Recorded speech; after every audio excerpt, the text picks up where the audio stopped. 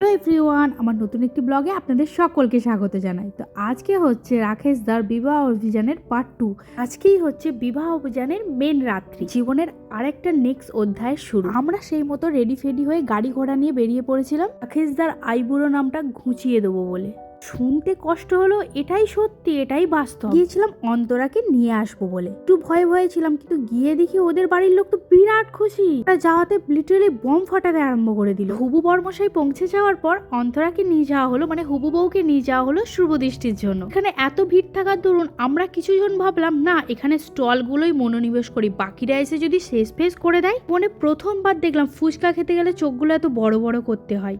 তাকে না দেখলে জানতামই না যে একটা রহস্যময় ব্যাপার। বরকে বরণ টরণ করে নিয়ে এসে মালা বদল হলো এখানে দিয়ে, এবার শালিদের হলো আলাতন করার পালা। সেজন্য মিষ্টি নিয়ে এসে ঠকাতে চলে আসে আমাদের বর। তো যে সে বর নয়, প্রথমে তাকে খাইয়ে টেস্ট করে দেন নিজে খাচ্ছে। সে দিদি তো আরো এক্সপার্ট, আইকে কোনো মতে ঠকতে দেবেই না। এখানে শালিগুলো একবার ঠকিয়ে এমন ভান করছিল যেন অস্কার জিতে নিয়েছে ওরা। এই সুযোগে বর্মশাইয়ের সাথে, মানে হুবু বর্মশাইয়ের সাথে একটা ভিডিও করে নিলাম। আর আমরা এখানে মেয়েগুলো তো সবসময় অলওয়েজ রেডি হয়েই থাকি, কোথায় একটু ছবি ভিডিও হচ্ছে ব্যাস ছুট। এখানে দেখুন ভিডিও হচ্ছে দেখে নাচ করতেও আরম্ভ করে দিয়েছে, মেয়েগুলো পারেও বটে।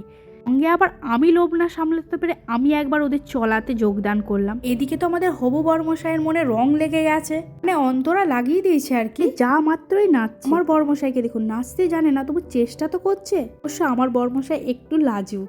এখানে তো মেয়েগুলোর নাচের শেষই হচ্ছে না, ওদের স্টেপ এত স্টেপ মুখস্থ করে এসছে যে ওগুলো সব কমপ্লিট করেই যেতে হবে। বউ কেন বাদ থাকে, তাকেও তো নাচতে হবেই। আরে বর্মশাইকে ঘিরে চললো বন্ধুদের নাচের পাল্লা, সঙ্গে মৌদি তো বউকেও নাচিয়ে ছাড়লো।